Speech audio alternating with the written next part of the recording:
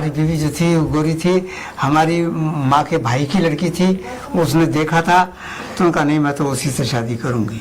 तो वो शादी जो है हमारी तय हो गई और जून 1953 में 14 जून की बारात थी और 15 जून की रुखसत।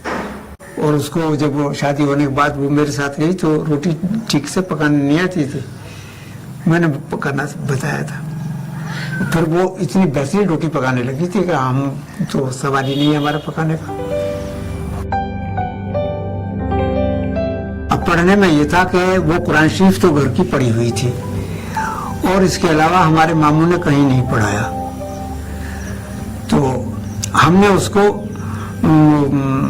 उर्दू की जो है छोटी छोटी किताबें लाके, छोटी छोटी कहानियों की किताबें लाके उसे कहानियाँ पढ़नी सिखाई।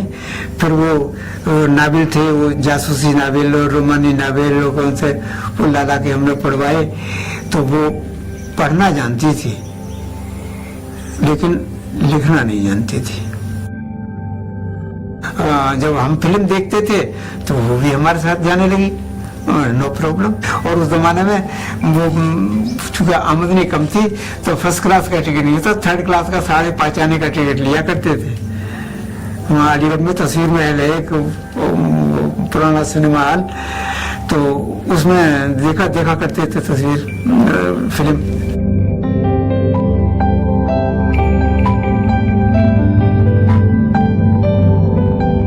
अब ये है कि भाई उनका साथ रहा और साथ हमारा हंसी खुशी कटा। कभी कोई ऐसी बात नहीं हुई जिसमें कि नज़ा हो। फिर ये था कि जब वो अच्छी थी और बच्चे हमारे हुए नहीं तो कभी उसको एहसास होता था और वो ये कहती थी कि हमारी न्यास फाता तो क्या कोई हमारा जिक्र भी नहीं करेगा, हमारे मरने के बाद कौन हमारा जिक्र करेगा।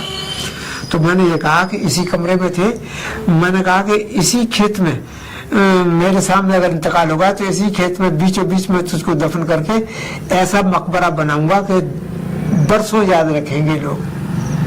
और मैंने आज तक इसमें किसी का एक नई पाई भी नहीं लगाया है। बीबी के मरने के बाद सारे काम मैंने खुद किए। उसका कफन भी लेने के लिए मैं बाजार खुद गया।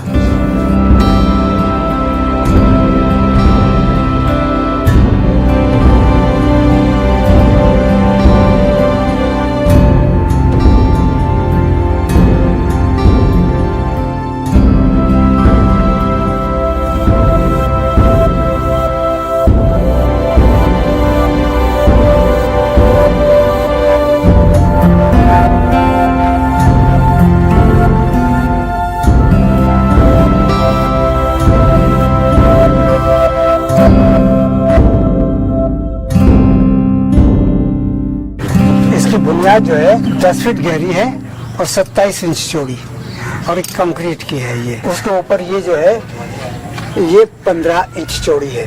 अब इसकी हाइट तो अंदाजन यहाँ से 14 या 15 फुट ऊंचा है दीवार।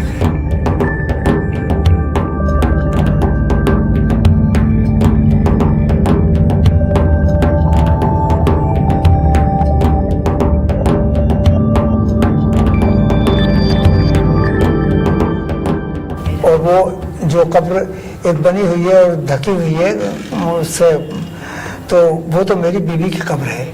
और बाकी जो खाली जगह है वो मैंने अपने लिए छोड़ रखी है कि अगर मेरा इंतकाल हो तो मुझको यही दफन किया जाए। हमारी शादी के बाद हमारी बदकिस्मती कही है कि हमारे कोई औलाद नहीं हुई। मैंने मेडिकल कॉलेज में दिखाया तो मेडिकल कॉलेज में जो वहाँ थी लेडी डॉक्टर, उन्होंने मुझे बुलाया तो मुझसे कहा कि इनके वो है रसौली ट्यूमर है उसमें यूट्रस में। डॉक्टर ने मुझसे ये कहा कि भाई ऐसा होता है कि ट्यूमर जब उसमें हो जाते हैं तो उसमें छोटे छोटे और भी होते हैं, तो ऐसा है कि मैं बच्चेदानी को पूरा निकाल देती हूँ। अगर फिर कोई और ट्यूमर बढ़ गया तो कहोगे कि डॉक्टर ने कैसा ऑपरेशन किया। मैंने कहा ये आपकी मर्जी है। तो उन्होंने पूरा ऑपरेशन कर दिया। तो अब ये तो तय हो गया कि अब बच्चा नहीं होने का। तो हमारी बहनों ने और उन्हें सबने ये कहा कि दूसरी शादी कर लो,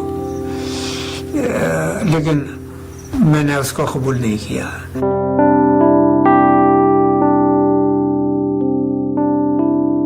बस एक कसक दिल में रह गई कि मरने से पहले जब उसका दूसरा कैंसर हुआ गले का, उसमें बोलना बंद हो गया। तो वो कुछ कहना चाहती थी मगर हम समझ ना पाए, इशारे उसके समझ ना पाए, जबान से वो कह ना पाई। बस यही कसक है अपने दिल में कि वो क्या कहती थी। मेरे नाखुदा मेरे राह पर, मेरे रहनुमा मेरे हम सफर, लगे जहां से है तू अजीज तक, तू कहां गया मुझे छोड़कर, मेरे शीशे दिल को तोड़कर, तू कहां गया मुझे छोड़।